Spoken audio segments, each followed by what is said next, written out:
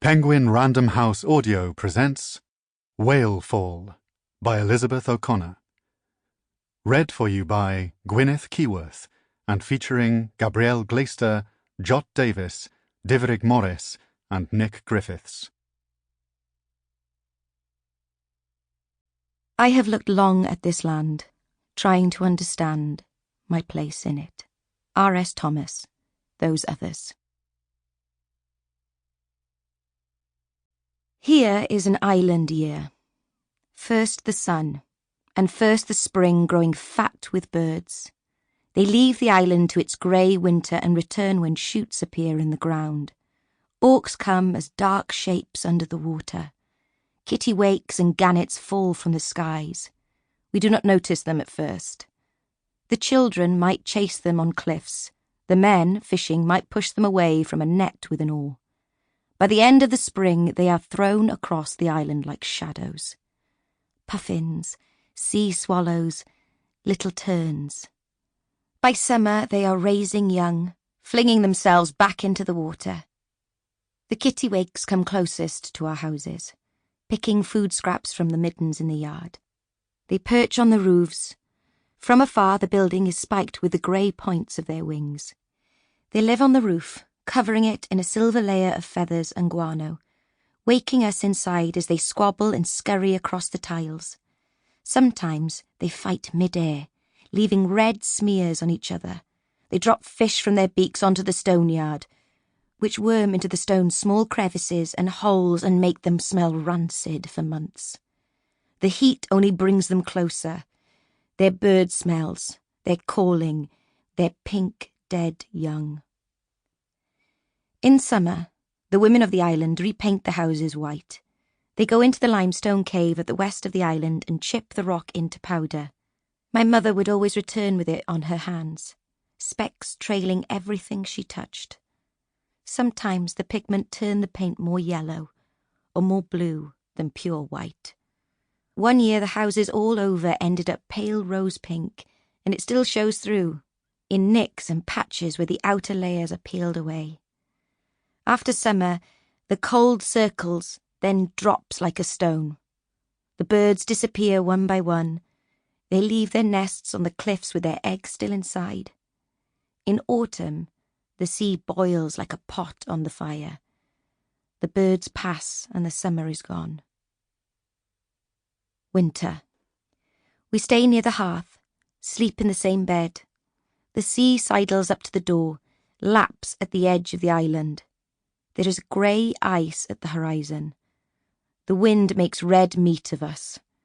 At Christmas we cook a catch of fish, then butcher a sheep, and throw it into the water. The waves push it back onto the beach again by spring, and the birds arrive to devour it.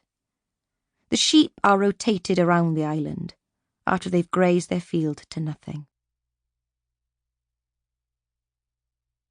September. The whale became stranded in the shallows of the island overnight, appearing from the water like a cat slinking under a door. No one noticed it. Not the lighthouse with its halo of light on the water, or the night fishermen searching for whiting and sole, or the farmers moving cattle over the hill at dawn. The sheep on the cliffs were undisturbed. Under the dark water, the whale's body glowed lightly green. By the morning it had floated up on the beach and lay neatly on its front. Birds gathered above it. The tide brought water over the sand in wide, flat mirrors broken by thin paths of sand. The waves drew around the whale and then out again, like a membrane around its delicate centre. Some of the fishermen said it had come off course. They saw them out at sea, but rarely so close. A few older people said it was some kind of omen, though could not agree on whether it was good or bad. Reverend Jones read the English newspapers most weeks, but he said there was nothing that could explain the creature's arrival. The Navy was newly out at sea since the start of the month. He made a vague suggestion about radar, and one of the farmers nodded and said, "Submarines." Someone brought a large camera down from their house, a box which sat on long wooden legs. The flash made the landscape bleed out. I was born on the island on the 20th of January 1920. My birth certificate read 30th of January 1920 because my father could not get to the registration office on the mainland before then. There was a great winter storm and no one could leave the island. When we were finally able to cross, my mother used to tell me the beach was covered in jellyfish like a silver path of ice. My mother survived the birth, thank Jesus, because no one could have come to help her. The island was 3 miles long and 1 mile wide, with a lighthouse marking the eastern point and a dark cave marking the west. There were 12 families, the minister and Polish Lukas, who worked in the lighthouse. Our house, Rose Cottage, was set into the side of a hill, where the wind wrapped a fist around it.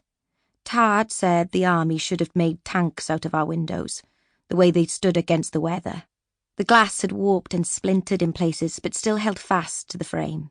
In the bedroom, at night, you could hear our neighbours' goats calling out to their young through a crack in the pane, and sometimes you could see a candle in their house burning like a coin balanced on top of the hill.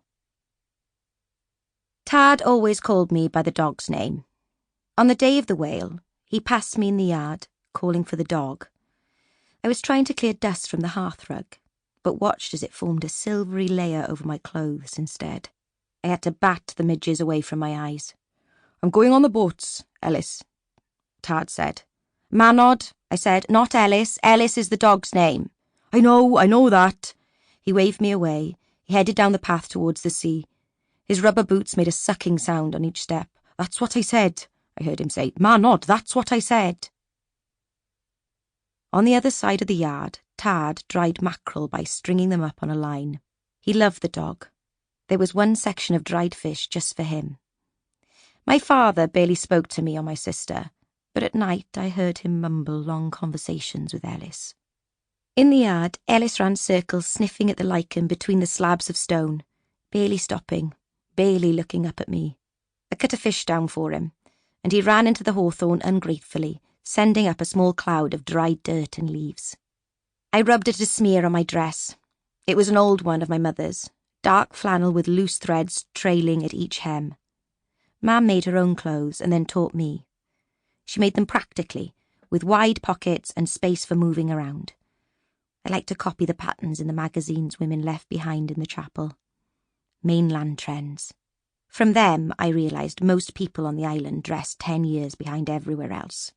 Sometimes suitcases were washed up the shore, and in them I found old garments to wear or take apart for the material. I found a ball gown once, with only a small tear at the hip, in anemone red silk. It had a small pocket on one side, and out of it came a gold-plated powder compact, shaped like a scallop shell. The powder puff was still orange from contact with its owner's skin. Our neighbour appeared soon after Tad left, his clothes and hair dripping. I could see him come over the hill to where his wife was milking one of their goats. I could smell him from where I stood, the damp of his sheepskin jerkin and his soaked shirt beneath. His wife ran to him and cupped his face. I felt awkward watching them, and stood combing my fingers through my hair. I could hear snatches of what he told Leah. "We thought it was a boat. Do you think it's a bad sign?" I watched Leah's hand stiffen, the breath catch in her throat. Not one person on the island knew how to swim. The men did not learn how, and so neither did the women. The sea was dangerous, and I suppose we had lived with its danger too long. A popular saying amongst them, out of the boat and into the water. Out of the frying pan into the fire. Out of the boat, and God help you. There used to be a king on the island who wore a brass crown. When he died in the previous decade, no one wanted to do it anymore. Most of the young men had been killed in the war or were trying to get a job on the mainland. The ones left were too busy on the fishing boats. So it goes. According to my mother, the women were not asked. My sister spread butter over her bread with her fingers, eating the bread and then licking her fingers one by one. "You're too old for that," I told her, and she stuck out her tongue at me. I poured tea into 3 cups on the table and watched it steam. Klinos turned the cup around in front of her, as though inspecting it from every angle. She combed her fingers. Sample complete. Ready to continue?